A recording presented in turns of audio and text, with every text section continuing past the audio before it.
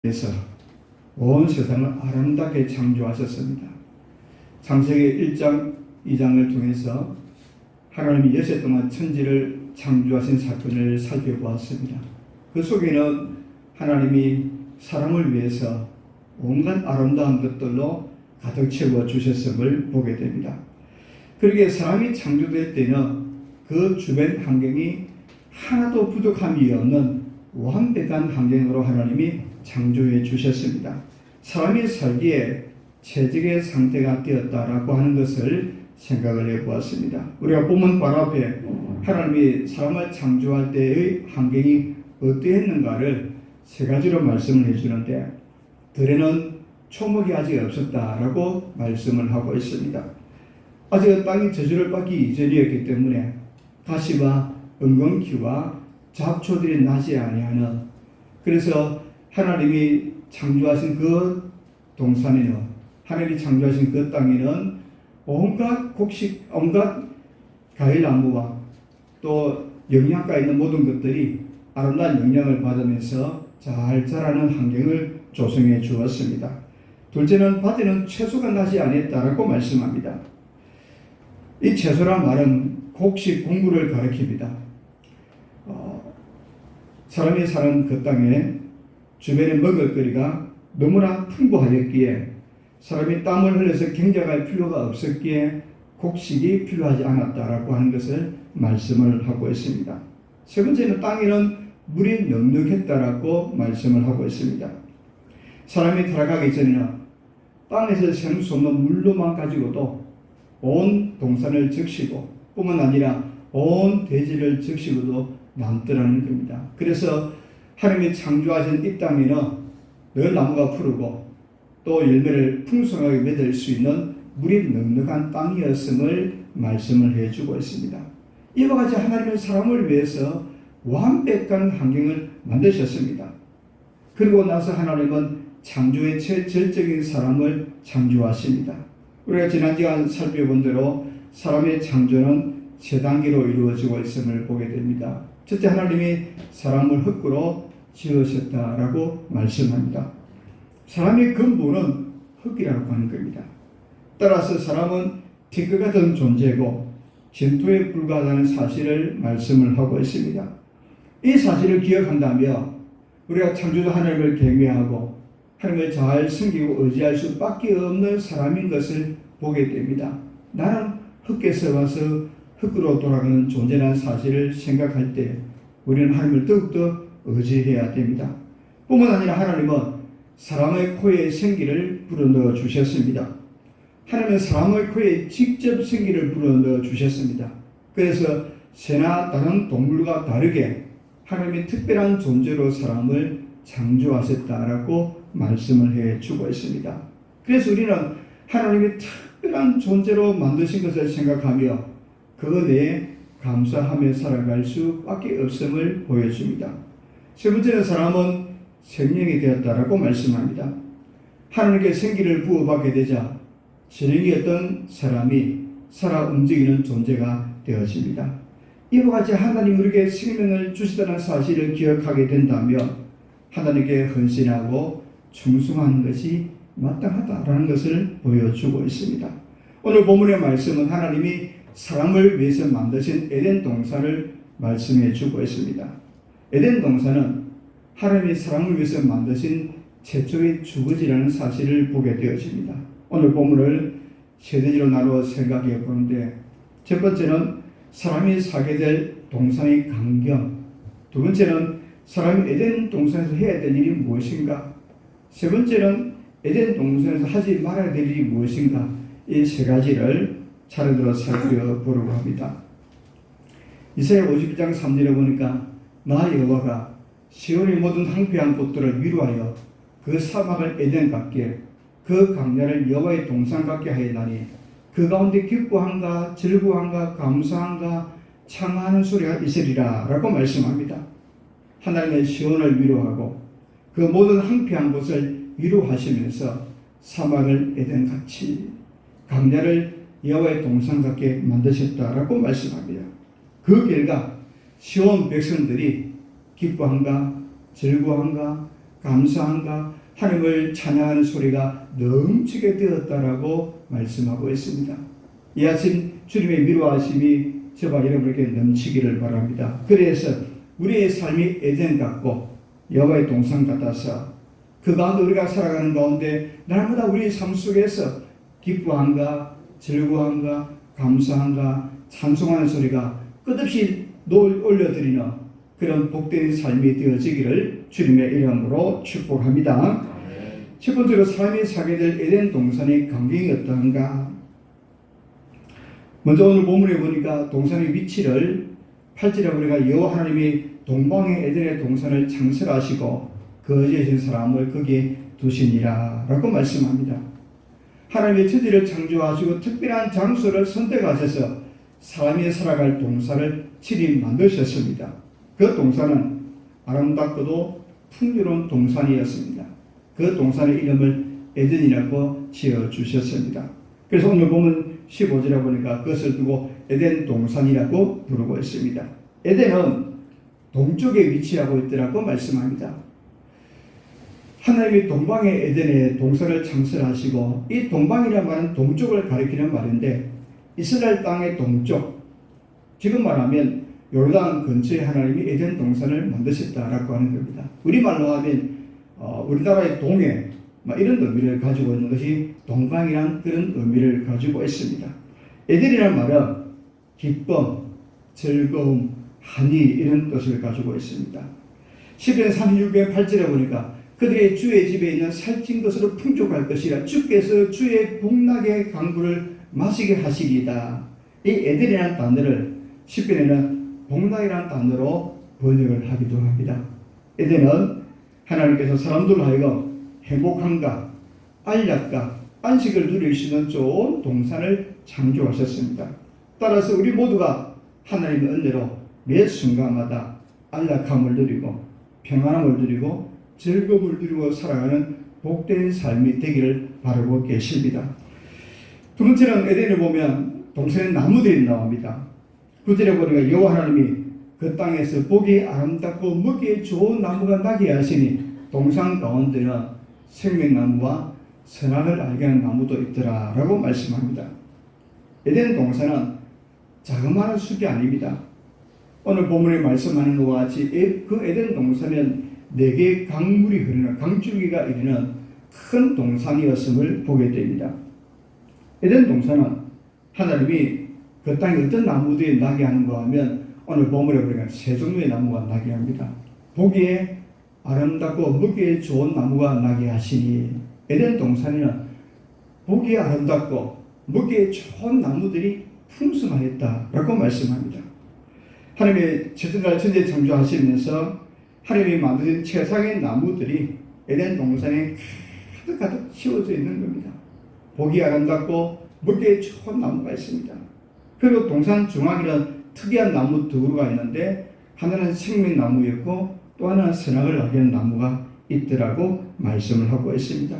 아마 이 두 나무는 에덴 동산 어디에서 보더라도 잘 보이는 높은 언덕에 하나님이 생명나무와 선악을 알게 하는 나무를 두신 것을 보게 됩니다. 이 두 나무를 차례로 살펴보며 첫째는 생명나무라에 대해서 살펴보는데 사람의 생명은 하나님이 주신 것이다 라고 우리가 말씀을 드렸습니다.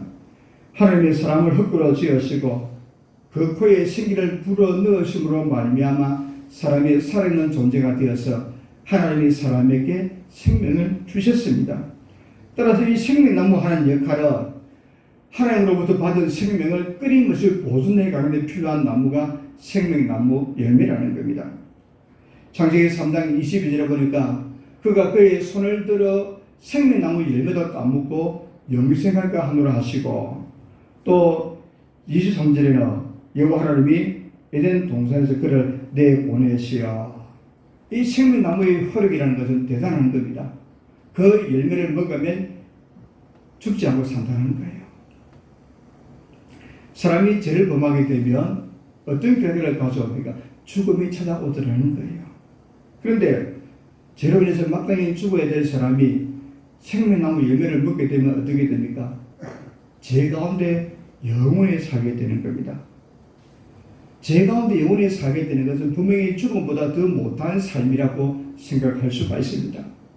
죄로 인해서 고통 가운데 사는 것보다도 차라리 죽어서 영원히 거룩한 상태로 가는 것이 훨씬 낫다라고 하는 것을 알게 됩니다. 때문에 하나님은 범죄한 사람이 그 생명나무 열매를 먹지 못하도록 죄를 범하게 되자 에덴 동산에서 그 사람을 내어 쫓아 보내시는 것을 보게 됩니다. 또 하나의 나무는 선악을 알게 하는 나무입니다. 하나님은 에덴 동산에 보기에 좋고 아름다운 나무들이 가득한 좋은 나무들이 풍성하게 있습니다. 또 선악을 알게 하는 나무도 그 가운데 있습니다. 이 선악을 알게 하는 나무는 그 나무 자체의 어떤 독성을 가지고 있는 것은 아니라고 하는 거예요. 창세기 3장 6절에 보니까 여자가 그 나무를 본 적 먹음직도 하고 보암직도 하고 지혜롭게 할 만큼 탐스럽기도 한 나무인지라. 이 선악을 알게 하는 나무는 정말 하와가 말씀한 것과 같이 먹음직하고 보암직하고 지혜롭게 할 만큼 탐스러운 좋은 나무였다라고 하는 것을 보게 됩니다. 이 선악을 알게 하는 그 나무 자체는 아무런 해가 없는 나무였음을 알게 됩니다. 그러나 그 나무의 실과를 먹는 순간 죽음이 찾아오게 되어지게 됩니다. 왜 하나님이 에덴 동산에 선악을 알게 하는 나무를 두었을까? 그 이유가 무엇일까? 이유는 딱 하나입니다. 에덴 동산에서 그 생명나무 열매를 먹으면서 살다가 선악을 아는 나무를 먹지 말라는 그 말씀, 그 나무를 보면서 사람의 본분이 무엇인가, 사람이 해야 될 일이 무엇인가를 알게 하라고 하는 거예요. 사람의 본분을 알라고 하나님이 선악을 알게 하는 나무를 주셨습니다. 사람을 지으신 하나님의 명령의 말씀에 순종해야 에덴 동산에서 복을 누리시다는 이 사실을 알게 하기 위함이라는 거예요. 이 사실 하나를 일깨워주기 위해서 선악을 알게 하는 나무를 동산 중앙에 두셨다는 겁니다. 사람은 선악을 알게 하는 나무를 보면서 내 삶의 주인이 누군가를 알게 하고 또 하나님의 말씀을 순종하며 살아야 되겠다라고 하는 이 사실을 항상 생각하게 하는 거예요. 선악을 알게 하는 나무를 보면서 내가 어떤 본분의 사람이고 내가 어떻게 해야 되는가를 알도록 하기 위해서 하나님이 선악을 알게 하는 나무를 주었습니다. 예레미야 21장 8절에 보니까 보라 내가 너희 앞에 생명의 길과 사망의 길을 두어놓으니라고 말씀합니다. 우리 앞에 생명의 길이 있고 사망의 길이 있다는 것을 말씀해 주고 있습니다. 우리가 생명나무를 택하는 것은 무엇이겠습니까? 하나님의 말씀을 순종하는 거예요. 그것이 바로 영생 얻는 길이라는 겁니다. 우리가 하나님의 말씀을 순종하며 살아가는 것이 바로 생명나무를 선택하는 것이고, 선악을 알게 하는 나무를 택하는 것은 무엇입니까? 바로 말씀을 불순종하는 길이에요. 그게 사망의 길이라고 말씀합니다. 사랑하는 여러분, 언제나 하나님의 말씀에 굳게 서서 말씀에 순종하며 살아갈 수 있는 우리 모두가 되기를 바랍니다. 그래서 우리의 삶에 에덴 동산 같은 기쁨과 즐거움과 감사함과 찬송하며 넘치는 그런 복된 삶이 되어질 수 있기를 주의 이름으로 다시 한번 축복합니다. 또 에덴의 강들이 있습니다. 에덴 동산에는 하나님이 에덴이라고 하는 기쁨 있고 즐거움 있는 동산을 만드시고 그게 생명나무와 선악을 알게 하는 나무를 주셨습니다. 그게 강이 있는데 10절에서 14절까지 보면 강이 에덴에서 흘러나와 동산을 적시고 거기서부터 갈라져 네 그늘이 되었으니 첫째 이름은 비손이라 금이 있는 하윌라 온 땅을 둘렀으며 그 땅의 금은 순금이요 그곳에는 베들리엄과 호마나도 있으며 둘째 강의 이름은 기온이라 구스 온 땅을 둘렀고 첫째 강의 이름은 히띠글이라 아스루 동쪽으로 흘렀으며 넷째 강은 유브라데더라 라고 말씀하고 있습니다. 하나의 강이 에덴에서 시작을 해서 에덴에서부터 강이 흘러내리기 시작합니다. 아직은 땅에 비가 내리기 이전이었습니다. 에덴 동산을 처음 만드실 때는 아담 하와가 타락하기 이전에는 비가 필요하지 않는 거예요. 에덴에서 땅에서 솟아나는 물로만 가지고도 온 땅을 적시고 거기에 나는 나무와 먹을거리들이 풍성하게 자랄 수 있도록 하나님이 샘물이 나도록 시내가 생기도록 곳곳에 이런 은혜를 베풀어 주셨습니다. 따라서 땅에서 솟아나는 물로만 가지고도 온 대지는 적시고도 남을 넉넉한 물이었습니다. 오늘 에덴 동산에 나오는 이 물은 그 동산 전체를 적시기에도 충분했습니다. 이제 이 강은 에덴을 벗어나면서 네 개의 지류로, 네 개의 강줄기로 흘러가는 것을 보게 되었습니다. 모두 크고도 긴 강들이었습니다. 따라서 에덴 동산을 흐르던 이 강은 크고도 긴 강임을 보게 되었습니다. 오늘 본문에 네 종류의 강의 이름을 말씀을 해주고 있는데 이 기록한 순서를 보면 우리가 잘못 아는, 지금 이름도 모르고 지명도 모르는 그런 강으로부터 시작을 해서 우리가 널리 아는 그런 지명으로 기록되어져 있는 것을 보게 되었습니다. 첫 번째 강의 이름은 비손이라는 강입니다. 이 비손강은 하윌라 온 땅을 둘러 흘렀다라고 말씀합니다. 그 땅에는 수금이 있고 베들레헴과 호마노도 있더라고 말씀합니다. 호마노는 정금 같은 일종의 보석이기도 합니다. 이 호마노는 대제사장 흉표에 붙이는 보석으로 사용되어지기도 했습니다. 여기 나는 베들레헴이라는 이 단어는 성경에 딱 두 번만 등장을 하는데 민수기 11장 7절에 보면 만나를 소개할 때 진주같이 생겼다라고 할 때 그 진주의 이름을 베들레헴이라고 표현합니다. 따라서 이 베들레헴은 진주 같은 보석이라고 생각을 할 수가 있습니다. 그리고 하윌라라고 하는 이 지명은 오늘 어딘지를 전혀 알 수 없는 그런 지명입니다. 이렇게 비손강이 첫 번째 강이었고 두 번째 강은 기온이란 강입니다. 이 기온 강은 구스 온 땅을 둘렀다라고 말씀합니다. 구스 땅은 지금 에티오피아를 가리킵니다. 유대 역사가 요세푸스는 기온 강을 오늘 나일강이라고 표현하기도 합니다. 세 번째 강의 이름은 히뜨기라는 강입니다. 이 히뜨기는 아수르 동쪽으로 흘렀다라고 말씀을 하고 있습니다. 히뜨기는 오늘날 티그리스 강을 가리키기도 합니다.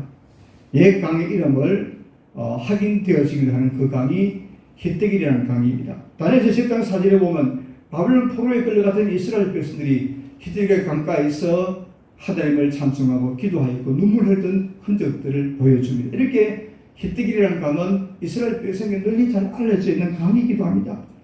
네 번째 강은 유브라데 강입니다. 이 강에 대해서는 더 설명을 하지 않습니다. 워낙 잘 알려져 있는 지명이기에 지금도 이 유브라데 강은 그 이름대로 불려지고 있음을 보게 되었습니다. 오늘 많은 사람들이 이 성경에 나와 있는 이 네 강의 이름을 기억하고 또 지명을 보면서 에덴 동산이 어디 있는가를 찾아보려고 수없이 노력을 했습니다만 그 결과는 다 실패하고 말았습니다. 왜냐하면 노아 홍수 이후에 지형들도 많이 바뀌었기 때문에 그 지형이 어딘가를 정확히 알 수 없다라고 하는 겁니다. 그렇다면 오늘 이렇게 네 강의 이름을 밝힌 이유가 무엇일까? 오늘 본문의 의도가 무엇인가를 생각해야 됩니다.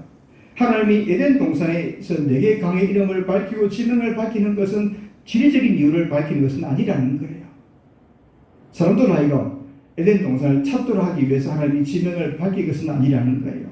이 의미는 에덴 동산은 물이 넉넉해서 풍요로운 곳이고 각종 보석들이 있는 아름다운 곳이라는 사실을 우리에게 알려주시는 거예요. 에덴 동산은 풍요롭고 물이 넉넉하고 아름다운 동산이고 온갖 보석이 진귀한 것이 있는 그런 참 좋은 땅, 사람들이 살기 완벽한 땅이라는 것을 보여주기 위해서 네 강의 이름을 말씀을 해주고 있습니다. 그런데 이 에덴 동산은 사람이 원해서 만드신 것이 아니라는 거예요. 하나님이 스스로 자의적으로 에덴 동산을 만드셨습니다. 그만큼 하나님은 사람들이 하나님이 만드신 땅에서 행복하게 살기를 원하시는 거예요. 오늘도 마찬가지입니다. 하나님은 우리 하나님의 자녀된 성도들이 예수 그리스도 안에서 늘 행복하게 살아가기를 원하고 있습니다. 하나님 우리보다 앞서 가시면서 우리의 필요한 것들을 다 준비해 주고 계십니다. 따라서 뭘 먹을까 뭘 마실까 염려하지 말라고 말씀합니다. 우리 하나님 먼저 그의 나라와 그의 의를 구하며 살기를 바라고 계십니다. 그리야 할 때 우리의 삶이 에덴 동산같이 풍요롭고 넉넉하고 복 있는 삶이 될 것이라고 말씀합니다. 사랑하는 여러분, 하나님을 의지하고 살아가면서 예수 그리스도 안에서 하나님이 예비하신 좋은 것들로 큰 은혜를 누리고 기쁨을 누리고 행복함을 누리며 살아갈 수 있는 복된 삶이 되어지기를 주님의 이름으로 축복합니다. 두 번째는 사람이 에덴 동산을 해야 될 일이 있습니다. 오늘 15절에 보니까 여호와 하나님이 그 사람을 이끌어 에덴 동산에 두어 그것을 경작하며 지키게 하시고 라고 말씀합니다. 하나님이 사람을 위해서 에덴 동산을 만드셨습니다. 이제 하나님은 사람을 친히 이끄셔서 동산으로 인도하여 주셨습니다. 이 말씀을 보면 사람이 에덴 동산 밖에서 창조되었음을 알 수 있어요. 그러면 하나님이 사람을 먼저 창조하시고 그 다음에 에덴 동산을 만드신 것을 보게 되었습니다. 사람은 하나님이 자기를 위해서 아담 하와를 위해서 친히 손수 에덴 동산을 만드신 것을 다 보았습니다. 하나님의 사람을 위해서 얼마나 필요한 것들을 완벽하게 만드시는가를 에덴 동산 밖에서 아담 하와가 하나님 하신 일을 본 거예요. 이제 드디어 에덴 동산이 완성되어졌습니다. 그때 하나님 에덴 동산 밖에 있던 아담 하와를 친히 이끄셔서 동산을 인도하여 주셨다고 말씀합니다. 하나님 에덴 동산을 만드시고 아담 하와를 불러서 내가 에덴 동산을 만들었으니 너희들이 찾아가라 이렇게 하신 것이 아니라 하나님이 친히 이끄셔서 동산으로 인도하여 주셨다고 말씀하시는 거예요. 얼마나 하나님의 사랑이 큰가를 보여주는 거예요. 하나님이 그 사람을 이끌어 에덴 동산에 두어. 이 말씀 속에 얼마나 큰 은혜가 있습니까? 우리를 하나님이 친히 이끄셔서 그 만드신 동산에 하나님이 살게 하여 주셨다라고 하는 겁니다. 이 사실을 생각해 보면 하나님 은혜를 깨닫게 되었습니다. 모든 것의 주인은 하나님이십니다. 사람은 하나님의 은혜로 하나님의 것을 맡은 청지기에 불과하다는 사실을 이 본문을 통해서 알게 되었습니다. 청지기는 사람이 해야 될 일이 무엇이겠습니까? 에덴 동산을 해야 될 일은 두 가지입니다. 하나는 다스려야 될 사명, 하나는 지켜야 될 사명이 있다라고 하는 겁니다. 차례도 살펴보러 갑니다. 사람은 에덴 동산을 다스려야 됩니다. 물론 다스린다고 할 때 폭군처럼 다스리는 것이 아니라는 겁니다. 청지기 같은 마음으로 섬기는 자세로 에덴 동산을 다스려야 된다라고 말씀합니다. 에덴 동산은 먹을 것이 풍족했습니다. 아담 하와가 에덴 동산에 살면서 먹을 것을 위해서 일할 필요가 전혀 없습니다. 하나님이 그 에덴 동산에는 각종 실과들이 나무들 열매들이 풍성하였기에 아담 하와가 먹고 사는 데는 전혀 부족함이 없었습니다. 그런데도 불구하고 하나님이 사람에게 맡기신 일이 있습니다. 그 일은 하나님이 에덴 동산의 사람을 다스리라 이 말씀은 일하라 이런 명령의 말씀인데 왜 일을 해야 되는가? 이 일 자체가 기쁨이라는 거예요. 이 일 자체가 즐거움이라는 겁니다.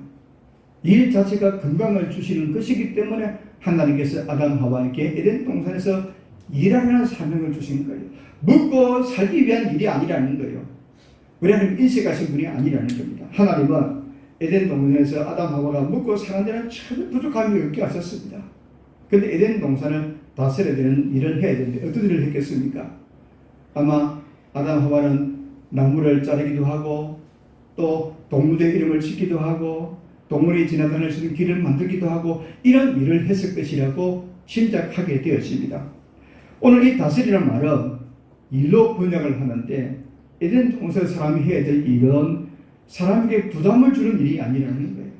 땀 흘리고 수고해야 뭘 얻는 이런 일이 아니라 오로지 기쁨과 보람을 주는 일을 하라고 다스리라고 하는 거, 일하라고 말씀을 주시는 거예요.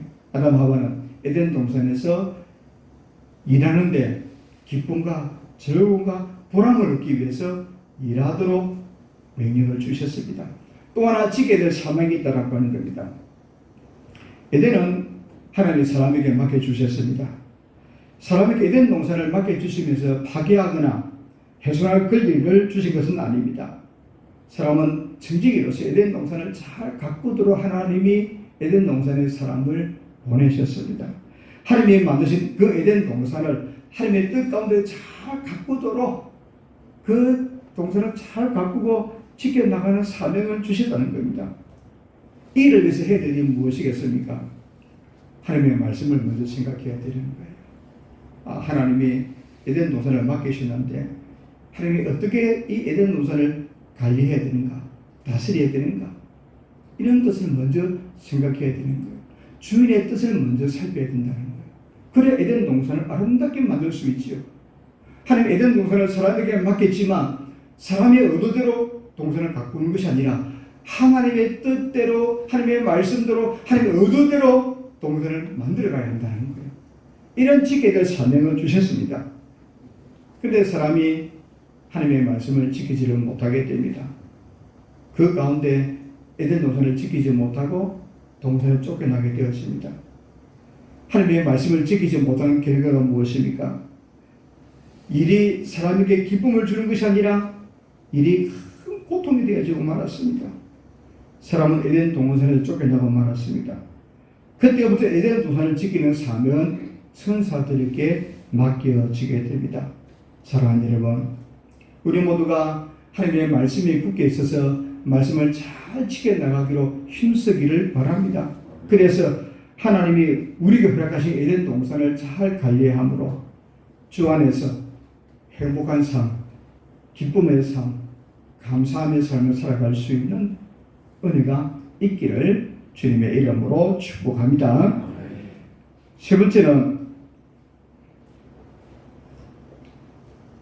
하지 말아야 될 일이라는 겁니다. 사람이 에덴 동산에서 하지 말아야 될 일이 있다라고 하는 겁니다. 오늘 16절 17절을 우리 같이 한번 읽어보겠습니다. 여호와 하나님이 그 사람에게 명하여 이르시되 동산 각종 나무의 열매는 네가 임의로 먹되 선악을 알게 하는 나무의 열매는 먹지 말라. 네가 먹는 날에는 반드시 죽으리라 하시니라. 아멘. 여기에 세 가지 의미가 있습니다.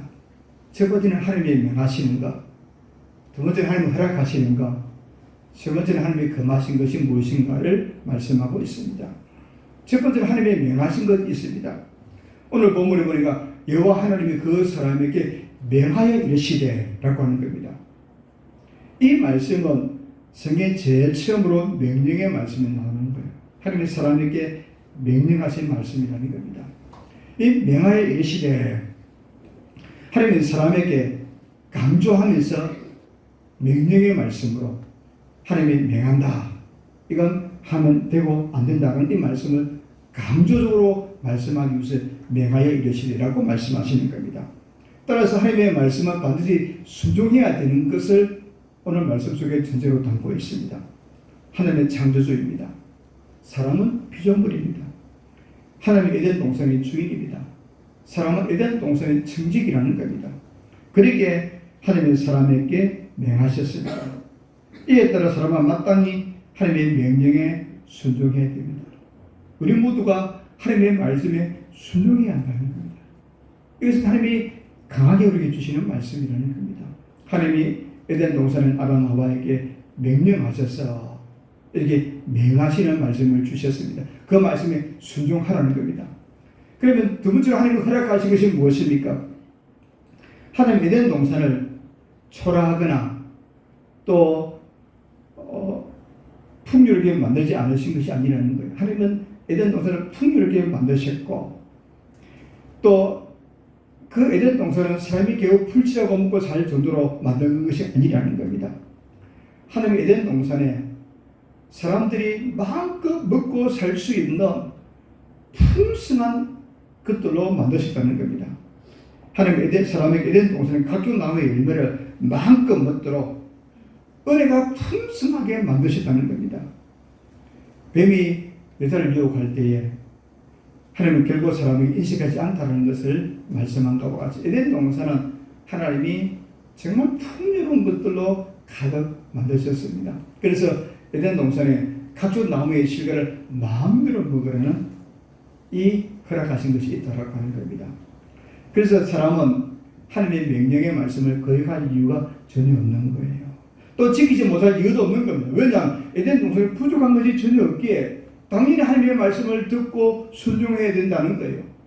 하나님은 에덴 동산에 허락하신 것은 동산은 각종 나무의 실과를 다 먹어도 된다는 겁니다.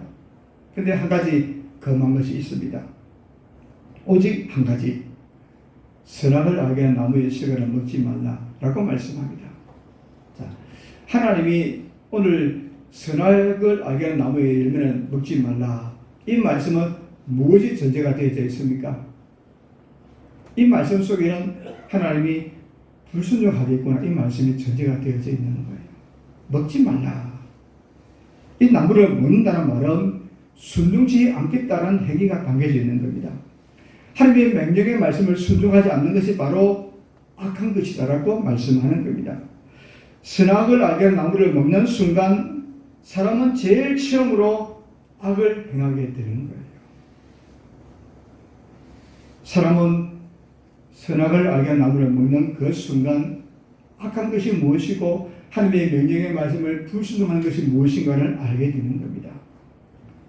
그 이전에는 사람이 악한 것이 무엇인지를 알지 못했습니다. 오직 선한 것만, 어려운 것만, 말씀에 순종하는 것만, 하나님의 뜻만 따라 살았는데 그 선악을 알게 한 나무의 열매를 먹는 순간 악이 무엇인가를 깨닫게 되는 거예요.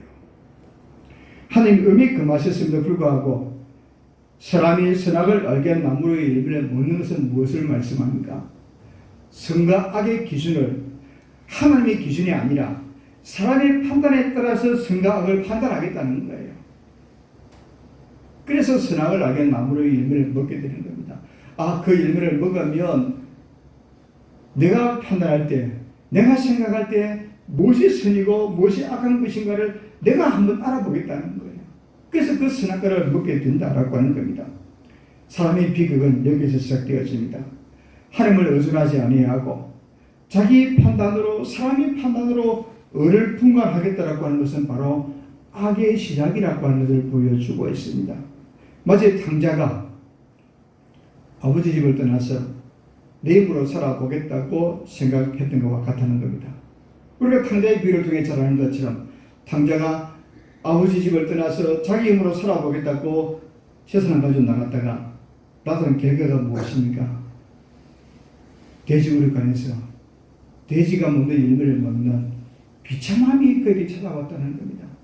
바로 하나님이 그만 선악과를 먹는다는 것은 사람이 악이 무엇인가 판단하겠다는 것은 그 결과가 비참하게 된다는 사실을 우리에게 탕자의 비유를 통해서 주님이 말씀하고 있다라고 하는 겁니다.